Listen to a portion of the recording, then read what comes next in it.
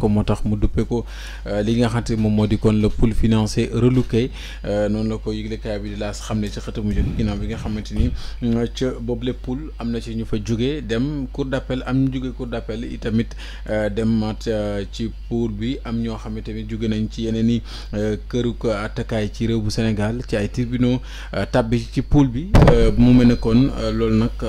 la pool judiciaire financier boobee ñu duppee conseil relouqué te mu bokk ci conseil supérieur de la magistrature bi ñuy réew mi son excellence Bassirou Diomaye Diakhar Faye moo jël dogal bu nu mel bu ñu sukkandikoo ci laas yéenekaay ci laas ba tey ñëw na ci li nga xam ne moom moo di gestion de la SODAV ci 2024 am na loo xamante daal ñàkk nañ ko ñoo xam manque à gagner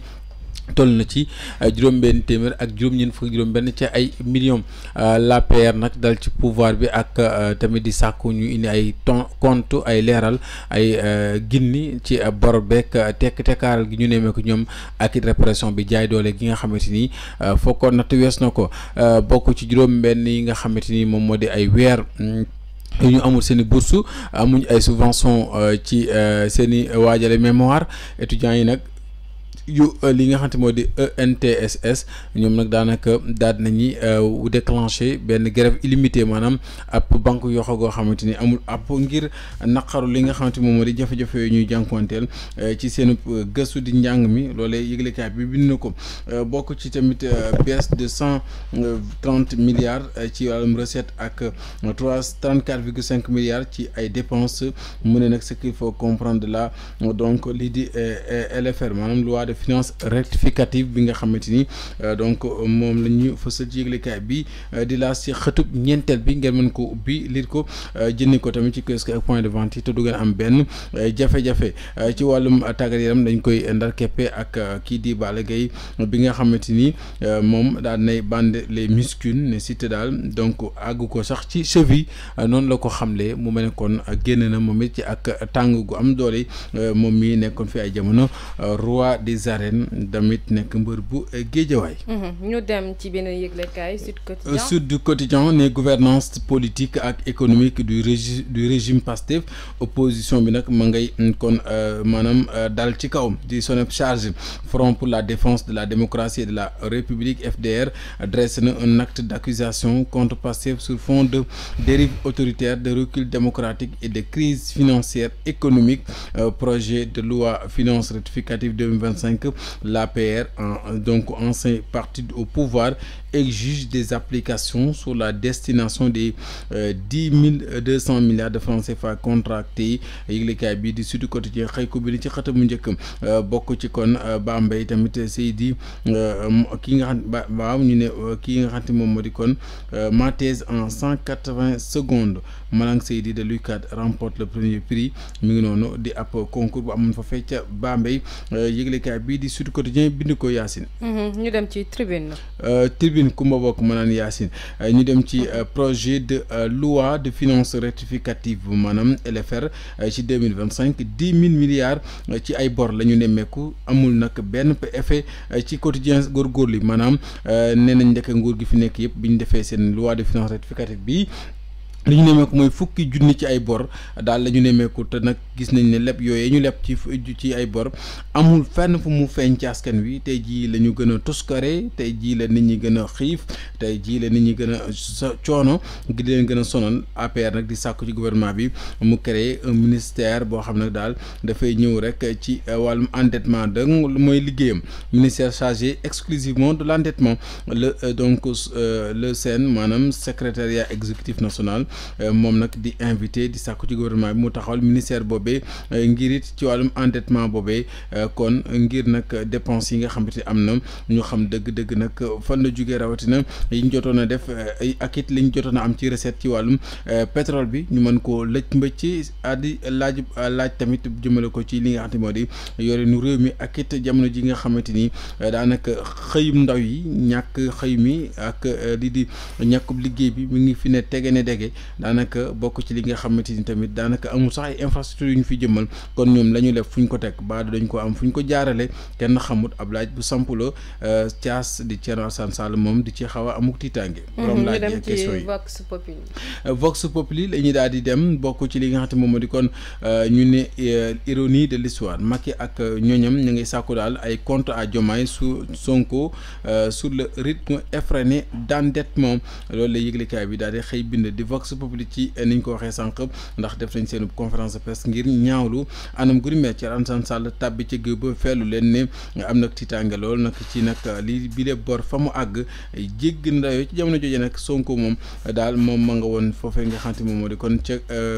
kanamu kii di président bu Chine di Xi Jinping bi nga xamante ni daf ko recevoir oon yëglekaay bi xam ne ci wàllum distribution des mandats de comparution aux 5 anciens ministres en cause bokk ci li nga xamante daal Zeynab Sangaré journaliste d'investigation moom nag daal indépendante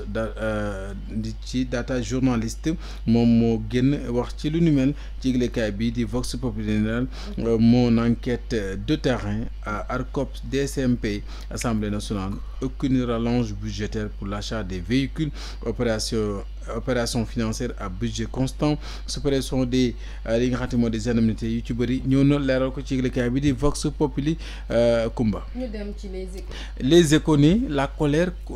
gronde chez les travailleurs nomination contestée dans la santé mu mel ne daal ni ñu tabbee ñeneen ci wàllum wér-gu-yaram tax na ña fay liggéey moom génn ci seenu tekkaaral ndax nag jamono ji am nag njàmbat gu ñuy fësal Cheikh Seck kenn ku ñu ràññee lool ci ñuy xeexal aji liggéeykat yi ci wàllum wér-gu-yaram ne la majorité des nouveaux directeurs sont des proches de Pastef ñu ci ëpp ñu fal waa Pastef la ñu fekk baax des nominations jugées peu transparent souvent sans référence au matricule de solde des intéressés mu mel ne kon Tivaouane ils ont nommé un pharmacien libéral sans expérience donc Le Dantec Aristide Le Dantec c'est un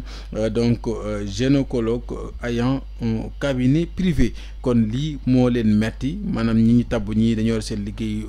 privé ñii nag daanaka amuñu xam-xam ca lañ leen tabbu tax na daal ñu tiit lool ñoom ñii di liggéey ci wàllu wér-gu-yaram Cheikh Seck ñu ràññee ko ci lool ci wàllu wu ñu mel modification règlement intérieur bi un expert parlementaire freine les députés à une soirée.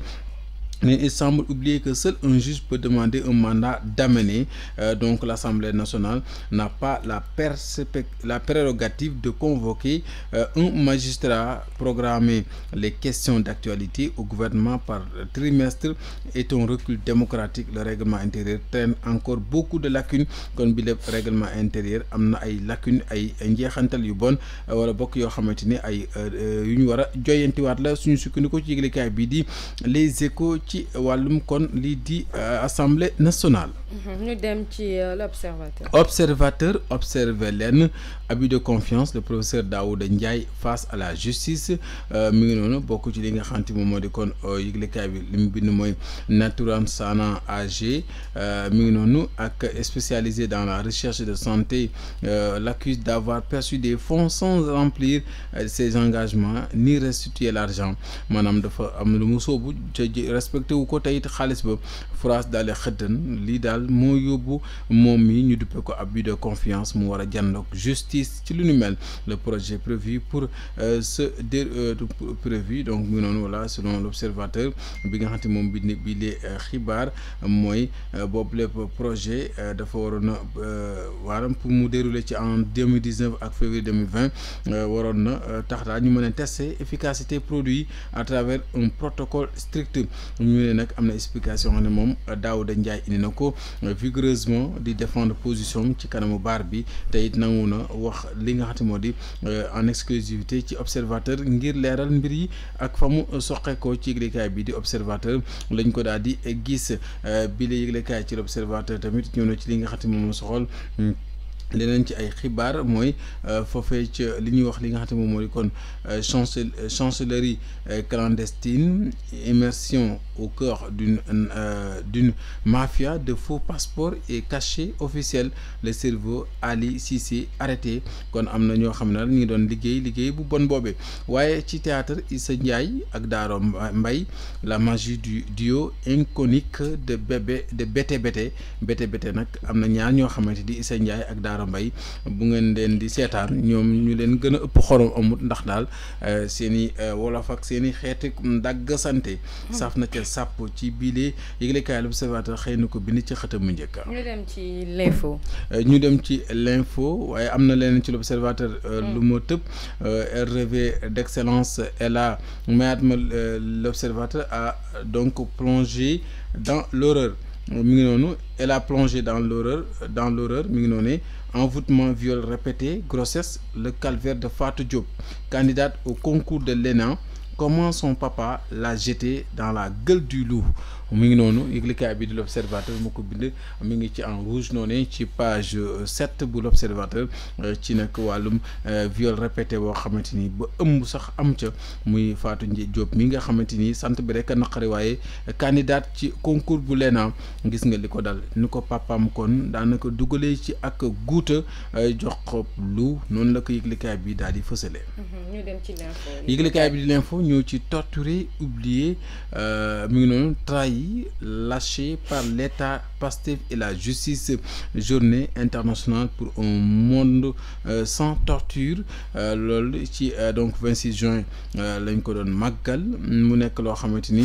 cri du cœur de Papa Abdoulaye Touré maanaam bi nga xamante ni moom lim ci dund kenn du ko fàtte rawatina ci jamono événement yi nga xamante ni weesu woon na fii ci Sénégal Akon City maanaam dafa mel ni dañ ko abandonné fin d'une utopie Akon City définitivement abandonné kon Akon ce projet boobee mujjewul sotti ñu dem. ñu dem ci Source A. Source A Cheikh Bara Dolly à cœur ouvert sous corps à l'Assemblée véhicule des députés ministres et directeurs généraux à limogé et indien donc prêt à investir 2000 milliards au Sénégal Cheikh Bara Dolly à cœur ouvert moom nekkoon fi député ne 80% des ministres doivent être renvoyés à commencer par la ministre des Affaires étrangères parce qu'elle ne travaille pas car maanaam am na lu mu ca tofta mu ne juróom téeméer bu jël juróom-ñett fukk ci jëwriñ dañ leen war a dàq tey dañ ko war a doole ci ki ñu dénk jokkalanteem bitim réew ndax liggéeyut am na lu ko waral bu ngeen demee ci yëglekaay bi fësal ko fa. le ministre de l'agriculture tamit moom it war na faa jóge ndax it moom daanaka jafe-jafe yi am yëpp ci wàllum baykat yi kenn demul mu des ñu ne nag législature bi fi weesu sax moom daanaka weer wu deewu ci nekk juróom ba fukki millions da ko doon jox ñi di groupe parlementaire yi bu majorité bi mu ne nag le groupe parlementaire bu opposition bi da doon jox 3 millions est-ce que ndax mu ne ndax mbir yooyee soppeeku na ak nguur gu yees gi Abdoulaye samploon mu ne moom daal joxe na kàddoom président El Hadji Malick Ndiaye nag moom def ay mbir yu am solo ci assemblée mu ne nag yoon la ñu mën a rek kon wut ay oto ngir jox ko député yi moom Cheikh Bara Dolly ne nag waaye fii jamono yi koom-koomu réew mi toll jafe lool mu ne nag ànduma ci ñuy génne juróom fukki millions ngir rek di ko jox kon ab député moom kocc mu nees na ne wutal oto waaye pas oto yu cher yooyu ne ne man mi di leen wax daanaka mën naa leen a jox ay oto Toyota Prado année 2024 2025 ci 30 millions Cheikh Bara ngay wutub marché ko moom boppam lay waxal kon mu ne j'ai trouvé des investissements indiens qui ont 2000 milliards yoo xamante ni noppi nañ ngir indi ko doon jox ko banque centrale ngir rek ñu investir fii ci Sénégal kon noonee la xamle moom Cheikh Bara Dolly. d'accord ñu jeexale ko record yëglekaay. record yëglekaay le Jaraaf s'approche du Graal mi ngi noonu Gorée s'accroche maanaam Union Sportive bu Ouakam largué jamono relégué also presque mi ngi noonu yëglekaay bi ñëw kon ci wàllum ligue bi nga xamante moo di ligue 1 ñaar fukk ak juróom-ñeenteelu bëccëg bi ak it li nga xamante moom moo di kon waajtaay lii di match yu am solo yooyu mi ngi noonu record yi ñëw na ci maître Augustin Senghor bi nga xamante ni déposé na sa candidature ni ki démb ci li nga xamante moom moo di kon fédération sénégalaise bu football assemblée générale bi nga xamante ni ñaari fan ci août bii ñu dëgmal lañ ko war a daal di amal mu nekk loo xamante ni nag juróon na coow fan ndax jàppay ni moom Augustin Senghor war naa mën a nag daal di rek dem dallu ji